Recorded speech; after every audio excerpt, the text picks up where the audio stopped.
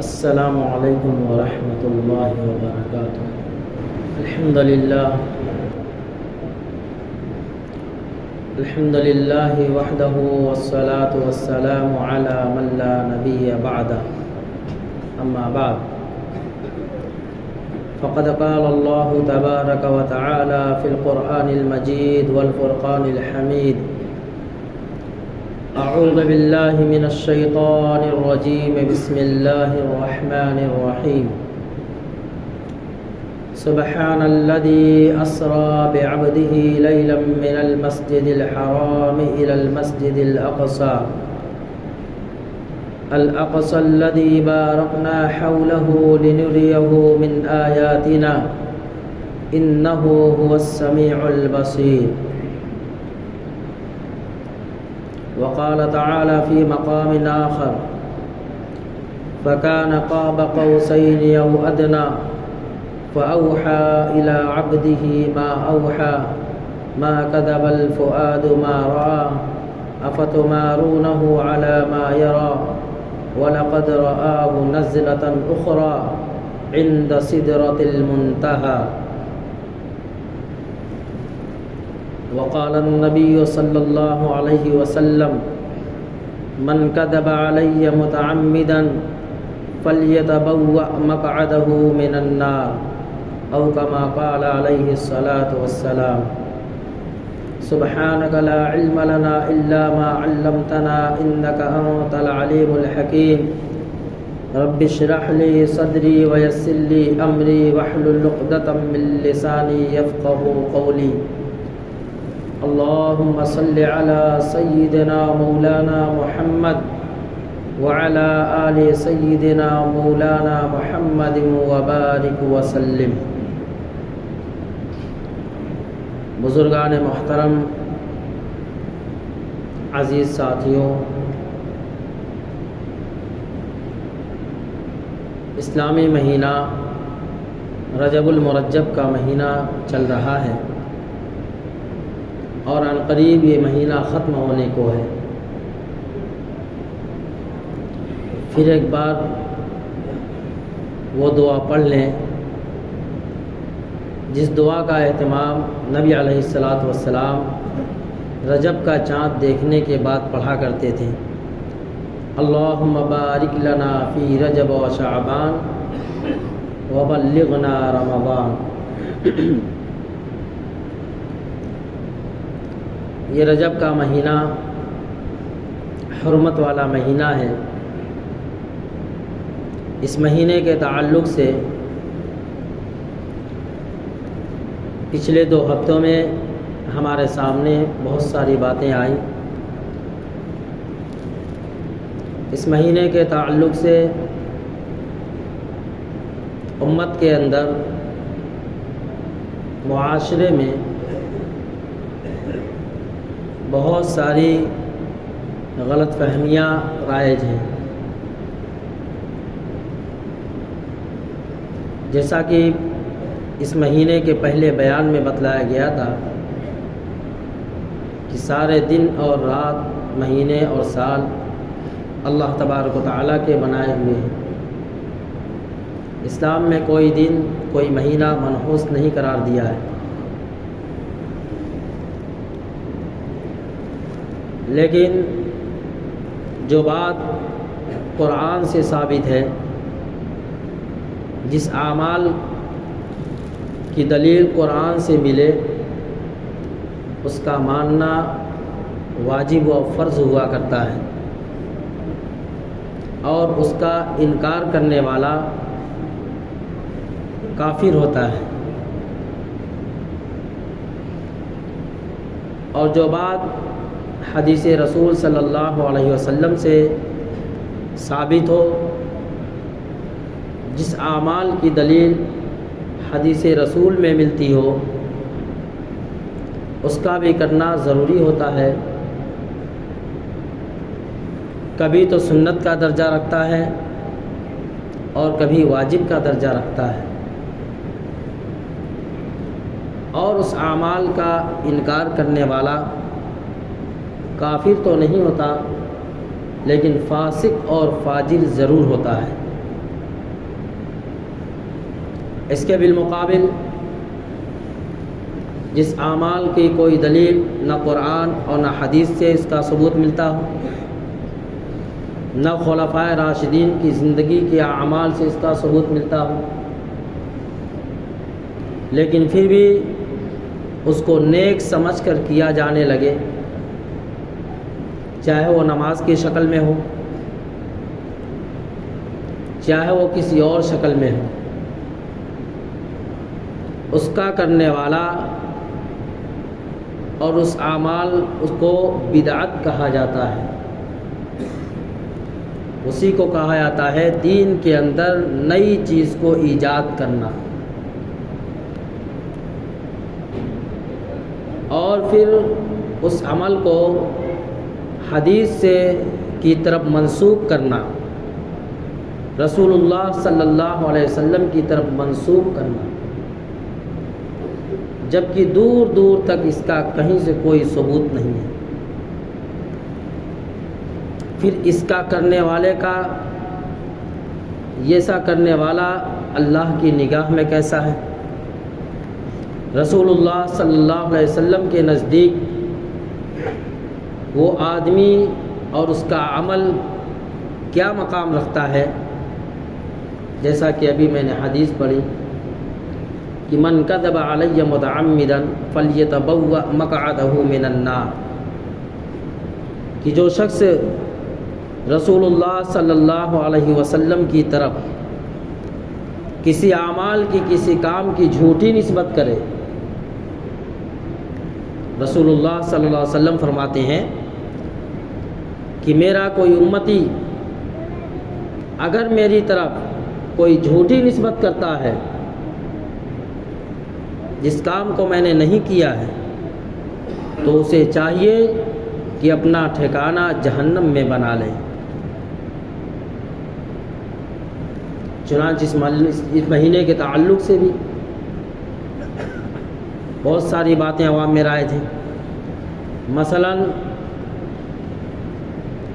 شب معراج 27ویں کا روزہ، شب معراج کا روزہ، رجب کے مہینے کا روزہ، یا 27ویں شب کو نماز کا اہتمام، نوافل کا اہتمام، یا اس مہینے میں 27ویں رجب کو روزہ رکھنے سے زندگی کے گناہوں کی معافی کا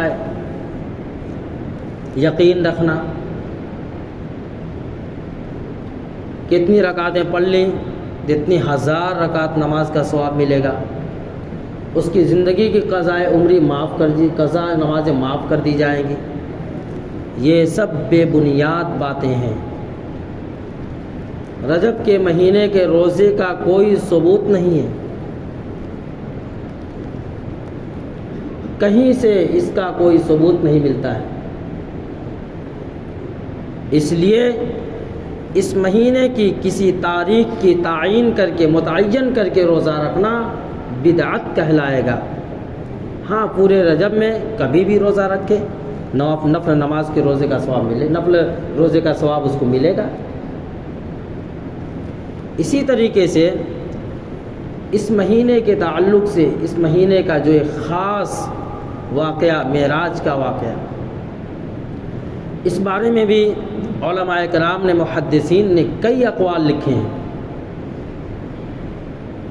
کسی نے کہا کہ رجب کے مہینے میں اللہ کے رسول صلی اللہ علیہ وسلم کو معراج ہوئی، اور کسی نے کہا کہ کسی اور مہینے میں معراج ہوئی ہے۔ تو مہینے کی بھی تعین متعین نہیں ہے۔ رہ گئی بات اس کی تاریخ، تو تاریخ کے بارے میں بھی کوئی صحیح اور مستند روایت 27ویں رجب کی نہیں ملتی ہے، لیکن غالب گمان علماء اکرام محدثین نے لکھا ہے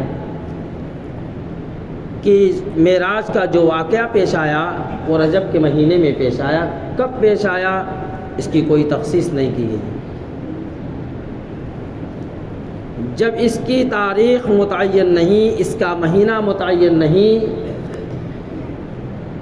تو اس مہینے کے بارے میں، اس تاریخ کے بارے میں اتنے خرافات، اور جب اس کی تخصیص کر دی جاتی، اس کو بتلا دیا جاتا، اس کو ظاہر کیا جاتا، پھر امت کا کیا حال ہوتا۔ اللہ تبارک و تعالیٰ کی ہر عمل میں ہر حکمتیں چھپی ہوئی ہوتی ہیں۔ نبی علیہ السلام نے اس کو ظاہر نہیں کیا، اس کی تاریخ کی تعین نہیں بتلائی، متعین تاریخ نہیں بتلائی، لیکن بہرحال معراج کا واقعہ، اس کا ثبوت قرآن کریم سے ہے۔ 2 مقامات پر اللہ تبارک و تعالیٰ نے معراج کے واقعے کا بیان فرمایا، اور دونوں جگہوں کی آیتوں کو میں نے آپ کے سامنے تلاوت کی ہے۔ ایک جگہ وہ ہے سورہ بنی اسرائیل کی پہلی آیت میں اللہ تبارک و تعالیٰ نے فرمایا سبحان الذی اسری بعبدہ لیلا من المسجد الحرام الی المسجد الاقصی، پاک ہے وہ ذات جس نے راتوں رات اپنے بندے حضرت محمد صلی اللہ علیہ وسلم کو مسجد حرام سے مسجد اقصی تک لے گئے۔ یہ واقعہ چند منٹوں کا نہیں، چند منٹوں میں بیان کر کے اس کی تفصیلات بیان کی جائے ایسا نہیں ہو سکتا۔ ایک تفسیر طلب واقعہ ہے، اس میں بڑی حکمتیں، بڑا فلسفہ چھپا ہوا ہے۔ چند منٹوں میں اس واقعے کو بیان نہیں کیا جا سکتا، اور یہ واقعہ حضور نبی کریم صلی اللہ علیہ وسلم کا جیتا جاگتا معجزہ ہے۔ دنیا میں جتنے بھی انبیاء علیہ السلام مبعوث کیے گئے، تمام کے ساتھ اللہ رب العزت نے ان کے ہاتھوں سے معجزات کا صدور کرایا۔ عیسیٰ علیہ السلام کو اللہ رب العزت نے معجزہ عطا فرمایا تھا کہ آپ پیدائشی نابینا کے چہرے پہ اگر ہاتھ پھیرتے تو اس کی آنکھوں میں بینائی آیا۔ موسیٰ علیہ السلام کو اللہ رب العزت نے عصا دیا تھا، اس کے ذریعے سے تمام کام کر لیا کرتے۔ ابراہیم علیہ السلام کو جیتا جاگتا معجزہ کہ جب آپ کو نمرود نے آگ میں ڈالا تو آگ جلا نہ سکی، آپ کا معجزہ تھا۔ اسی طرح بے شمار معجزات سے اللہ رب العزت نے حضور نبی کریم علیہ السلام کو نوازا ہے۔ آپ کی انگلیوں سے پانی کے چشمے کا ابلنا، اور آپ کے انگلی کے اشارے سے شق قمر یعنی چاند کے 2 ٹکڑے ہونا، تھوڑے لوگوں کا کھانا کافی لوگوں، زیادہ لوگوں کو کافی ہو جانا، 1 پیالہ دودھ 70 لوگوں کو پیٹ بھرنے والا بن جانا، حضور نبی علیہ السلام کا ایک معجزہ تھا۔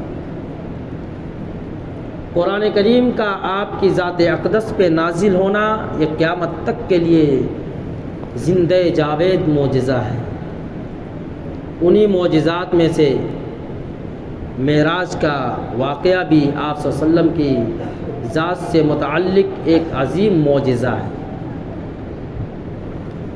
چنانچہ اس واقعے کی ابتدا یہاں سے ہوتی ہے کہ مکہ مکرمہ میں آپ علیہ السلام حضرت علی رضی اللہ تعالیٰ عنہ کی بہن ام ہانی کے گھر سوئے ہوئے تھے۔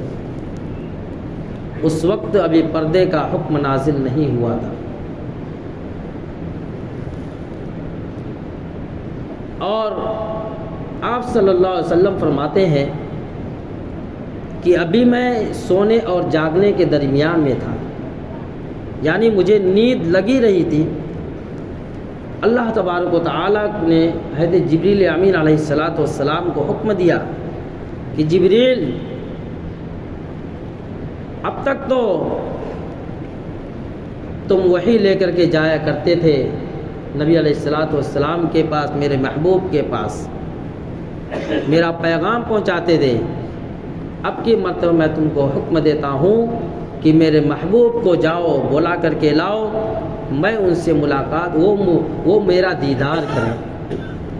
اب تک تو میں اپنے محبوب کا دیدار کیا کرتا تھا، لیکن اے جبریل امین اب میری تمنا ہے کہ میرا محبوب میرے پاس آ کر کے براہ راست میرا دیدار کرے، مجھ سے باتیں کرے۔ جبریل امین علیہ السلام اللہ تبارک و تعالیٰ نے آپ کو 70,000 بازو دیا ہے۔ جبریل امین فرشتوں کے سردار ہیں، روح الامین ہیں، اور آپ کی رفتار کا کیا عالم ہوگا۔ دوڑتے ہوئے آئے، اللہ تبارک و تعالیٰ نے راستے ہی میں سے آواز دی کہ جبریل امین کیا تم میرے محبوب کے پاس اکیلے جاؤ گے؟ باری تعالیٰ آپ کا جیسا حکم ہو۔ کہا میرے محبوب کی شان یہ ہے کہ جب تم اس کے پاس جاؤ بلانے کے لیے تو 70,000 فرشتوں کا ایک مجمع قافلہ لے کر کے جاؤ۔ جبریل امین 70,000 فرشتوں کا قافلہ ایک جماعت لے کر حضور نبی کریم علیہ السلام کے پاس آتے ہیں، اور وہ بھی آنا بھی وہ خلاف عادت، خلاف راستہ، کہ جب آدمی کسی کے پاس جاتا ہے تو گھر کے دروازے سے جاتا ہے۔ جبریل امین کا اب تک آنا ہوتا تھا تو دروازے سے ہوا کرتا تھا، لیکن اب کی مرتبہ جو آنا ہوا تو چھت کے راستے سے ہوا، چھت پٹی اور جبریل امین علیہ السلام اللہ کے نبی کے پاس اترے۔ کبھی جبریل امین 70,000 فرشتوں کے ساتھ کبھی آگے بڑھتے ہیں، کبھی پیچھے ہٹتے ہیں۔ اللہ نے پوچھا کہ جبریل کیا بات ہے؟ کہا ہمت نہیں ہوتی کہ تیرے محبوب کو میں جگاؤں کیسے، میں ہاتھ لگاؤں کیسے کہ تیرے محبوب کا اتنا اونچا مقام۔ چنانچہ آپ نے ادب کو ملحوظ رکھتے ہوئے آپ کے پاؤں کے انگوٹھے کو ہلایا، حرکت دیا۔ حضور نبی علیہ السلام کی آنکھ کھلی اور کہا کہ اب تک تو آپ کی معراج روحانی ہوا کرتی تھی، لیکن اب کی مرتبہ اللہ تبارک و تعالیٰ آپ کو اپنے پاس بلائے ہیں اپنا دیدار کرانے کے لیے۔ چنانچہ نبی علیہ السلام نے فرمایا کہ میں اس کے لیے تیار ہوں، اور آپ کو ام ہانی کے گھر سے حتیم میں لے جایا گیا۔ جو لوگ بیت اللہ گئے ہیں انہوں نے دیکھا ہوگا خانہ کعبہ سے ہٹ کر کے بازو میں ایک جگہ ہے جو دیوار سے گھیری ہوئی، اس کا نام حتیم ہے، اور اس حتیم کے اندر وہ بھی بیت اللہ کا ہی حصہ ہے۔ اس حتیم کے اندر آپ کو جبریل امین علیہ السلام نے لٹایا اور آپ کے سینے مبارک کو چاک کیا، گویا کہ آپ کا آپریشن کیا، اور جنت سے سونے کا ایک تشت لائے ہوئے تھے، اور سینہ مبارک چاک کر کے آپ کے دل قلب مبارک کو نکالا اور سونے کے تشت میں رکھا، اور رکھنے کے بعد اب یہ ہوا کہ اس کی صفائی، نبی علیہ السلام کا دل کو بالکل صاف ہے، تو پھر سینہ چاک کیوں کیا گیا، آپ کے قلب اطہر کو نکالا کیوں گیا؟ تو فرمایا کہ علم و حکمت سے بھرنے کے لیے، کہ ایک لمبا سفر درکار ہے، جیسا کہ آج کل کے دور میں اس کا مشاہدہ ہے کہ ہم یہاں سے کسی دوسرے ملک جانا ہوتا ہے تو میڈیکل کرانا پڑتا ہے، انجیکشن لگوانا پڑتا ہے، تاکہ واقعی وہاں کی آب و ہوا راس آ جائے، طبیعت کو بھا جائے۔ چنانچہ نبی علیہ السلام کے قلب اطہر کو نکالا گیا، اور جبریل امین علیہ السلام نے جنت سے جنتی تشت تو لے کر کے آئے، لیکن حوض کوثر کا پانی نہیں لائے، جنت کی نہر کا پانی نہیں لائے۔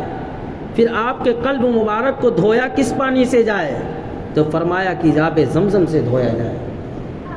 یہاں سے پتہ چلتا ہے کہ جس پانی سے امام الانبیاء صلی اللہ علیہ وسلم کے قلب اطہر کو دھویا گیا ہو، وہ پانی کتنا عظیم ہوگا، کتنا مرتبے والا ہوگا اور کتنا شفا یاب ہوگا۔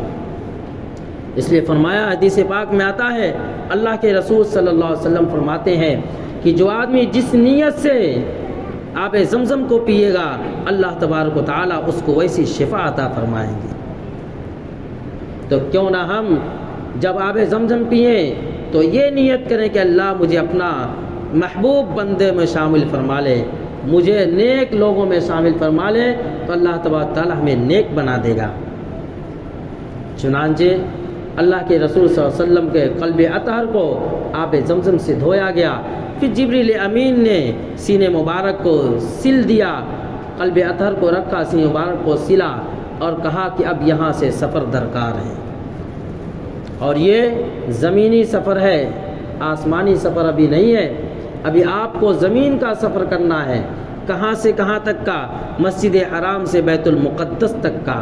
اور جبریل امین علیہ السلام جنتی سواری لے کر کے آئے جو کھچر سے چھوٹی اور گدھے سے بڑی تھی، جس کا نام براق تھا، اور اس کا قدم ایک قدم یہاں تو دوسرا قدم منتہائے نظر تک، جہاں تک انسان کی نظر جائے۔ چنانچہ جبریل امین نے کہا کہ محبوب صلی اللہ علیہ وسلم اور آپ کے ساتھ حضرت میکائیل علیہ السلام بھی تھے۔ کہا کہ محبوب سواری حاضر ہے، آپ سوار ہو جائیں، اب سفر یہاں سے شروع ہوگا۔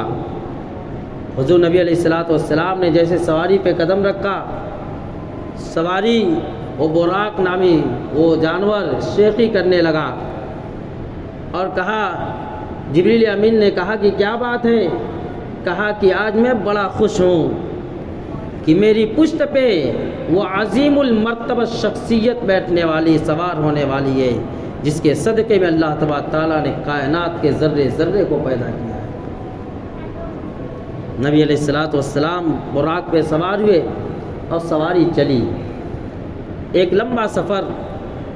چنانچہ نبی علیہ السلام فرماتے ہیں کہ مجھے ایک شہر دکھایا گیا جہاں پہ کھجوروں کا باغ تھا، میں نے جبریل امین سے وہاں میری سواری روکی گئی، میں نے 2 رکعت وہاں نماز پڑھی۔ جبریل امین سے پوچھا کہ جبریل یہ کون سی جگہ ہے؟ جبریل امین نے فرمایا کہ میرے محبوب صلی اللہ علیہ وسلم یہ آپ کی جائے ہجرت ہے، یہ آپ ہجرت کر کے ایک مرتبہ یہاں آنے والے ہیں، گویا کہ وہ مدینہ منورہ کی بستی تھی۔ پھر وہاں سے سفر ہوا، آپ کو موسیٰ طور پہاڑ پر لے جایا گیا، جس پتھر پہ کھڑے ہو کر کے موسیٰ علیہ السلام اللہ سے باتیں کیا کرتے تھے، آپ کو وہ جگہ دکھائی گئی، آپ نے وہاں بھی 2 رکعت نماز پڑھی۔ پوچھا جبریل یہ کون سی جگہ ہے؟ جبریل امین نے فرمایا کہ میرے محبوب صلی اللہ علیہ وسلم یہ وہ جگہ ہے جس جگہ پہ کھڑے ہو کر آپ کے بھائی موسیٰ علیہ نبینا علیہ السلام اللہ سے باتیں کیا کرتے تھے۔ پھر وہاں سے سفر ہوا، بیت اللحم لایا گیا جہاں پہ عیسیٰ علیہ السلام کی پیدائش ہوئی تھی، آپ نے وہاں بھی 2 رکعت نماز پڑھی۔ پوچھا کہ جبریل یہ کون سی جگہ ہے؟ فرمایا جبریل علیہ السلام نے میرے محبوب صلی اللہ علیہ وسلم یہ وہ جگہ ہے جہاں پہ اللہ تبارک و تعالیٰ نے اپنی روح عیسیٰ علیہ نبینا علیہ السلام کو بن باپ کے مریم کے پیٹ سے پیدا کیا تھا۔ پھر وہاں سے سفر ہوا اور آپ بیت المقدس تک پہنچے۔ بیت المقدس میں پہنچے ہیں، سوال یہ ہوتا ہے کہ بیت الحرام اور بیت المقدس تک کا سفر کیوں کرایا گیا؟ وقت ختم ہو چکا، اس لیے کہ وہ زمینی سطح کی سب سے اونچی جگہ ہے بیت المقدس۔ آسمان سے اللہ تبارک تعالیٰ کی طرف سے دنیا والوں کا جو فیصلہ ہوتا ہے، نظام عالم کا جو فیصلہ ہوتا ہے، وہ بیت المقدس پر فرشتے لے کر اترتے ہیں، پھر وہاں سے پوری دنیا میں تقسیم ہوتا ہے۔ اس لیے نبی علیہ السلام کو وہاں لایا گیا، اور وہ آسمان سے سب سے قریبی جگہ ہے۔ چنانچہ آپ وہاں آئے اور سواری کو پتھر میں باندھا گیا، وہ پتھر آج بھی موجود ہے جس پتھر میں انبیاء علیہ السلام اپنی سواریاں باندھا کرتے تھے۔ جبریل امین نے اس پتھر میں براق نامی سواری کو باندھ دیا، اور یہاں آنے کے بعد پھر دیکھا کہ کچھ لوگوں کا ہجوم ہے، بیت المقدس کی پوری مسجد ایک دم کھچا کھچ بھری ہوئی ہے، کہیں پیر رکھنے کی جگہ نہیں ہے، اور حکم ہوتا ہے جبریل السلام کا کہ میرے محبوب آپ آگے بڑھیے۔ اللہ کے رسول فرماتے ہیں کہ جبریل پیر رکھنے کی جگہ نہیں ہے، میں آگے کیسے بڑھوں؟ اللہ کا حکم ہوتا ہے کہ میرے محبوب تم قدم آگے بڑھاؤ، راستے خود بخود بنتے جائیں گے۔